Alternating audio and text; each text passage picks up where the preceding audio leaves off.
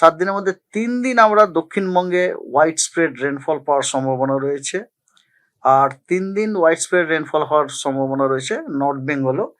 উত্তরবঙ্গ ও দক্ষিণবঙ্গ সমগ্র পশ্চিমবঙ্গেই জেলাগুলোতে অধিকাংশ স্থানেই বৃষ্টিপাত হওয়ার সম্ভাবনা রয়েছে।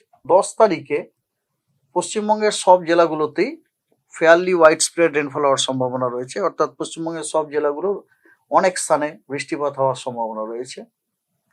আগামী 11 তারিখে পশ্চিমবঙ্গের প্রায় সব জেলাগুলোতেই কিছু কিছু জায়গাতে বৃষ্টিপাত হওয়ার সম্ভাবনা রয়েছে। তার মানে বৃষ্টিপাতটা কমে গেল, বুঝলেন তো? এক্সেপ্ট একদম নর্থ বেঙ্গলের একদম নর্থের যে 5টা জেলা, অর্থাৎ দার্জিলিং, কালিম্পং, জলপাইগুড়ি, আলিপুরদুয়ার, কোচবিহার, এই 5টা জেলাতে বৃষ্টিপাত অনেক স্থানে হওয়ার সম্ভাবনা রয়েছে। আর পশ্চিমবঙ্গের বাকি জেলাগুলোতে কিছু কিছু স্থানে বৃষ্টির সম্ভাবনা রয়েছে। 12 তারিখে আবার পশ্চিমবঙ্গের সব জেলাগুলোতেই অনেক স্থানে বৃষ্টিপাত হওয়ার সম্ভাবনা আছে, অর্থাৎ ফেয়ারলি হোয়াইট স্প্রেড বৃষ্টিপাত হওয়ার সম্ভাবনা আছে। 13 তারিখে উত্তরবঙ্গের সব জেলাগুলোতে বেশিরভাগ স্থানে বৃষ্টিপাত হওয়ার সম্ভাবনা আছে, অর্থাৎ আপনার হোয়াইট স্প্রেড রেনফল হওয়ার সম্ভাবনা। আর দক্ষিণবঙ্গের সবকটা জেলার অনেক স্থানে বৃষ্টিপাত হওয়ার সম্ভাবনা রয়েছে, অর্থাৎ।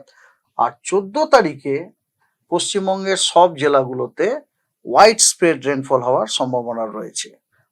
দক্ষিণবঙ্গের সব জেলাগুলোতেই আপনার বিক্ষিপ্তভাবে থান্ডারস্টর্ম, লাইটনিং, তার সাথে ঝোড়ো হাওয়া ঘন্টায় 30 থেকে 40 কিলোমিটার গতিবেগে হওয়ার সম্ভাবনা রয়েছে। আর এছাড়া পুরুলিয়া, বাঁকুড়া, পশ্চিম বর্ধমান এবং ঝাড়গ্রাম, এই 4টি জেলাতে বিক্ষিপ্তভাবে 2-1 জায়গায় ভারী বর্ষণ হওয়ারও সম্ভাবনা রয়েছে। আর উত্তরবঙ্গের জলপাইগুড়ি এবং আলিপুরদুয়ার, এই 2 জেলায় বিক্ষিপ্তভাবে ভারী বর্ষণের সম্ভাবনা রয়েছে।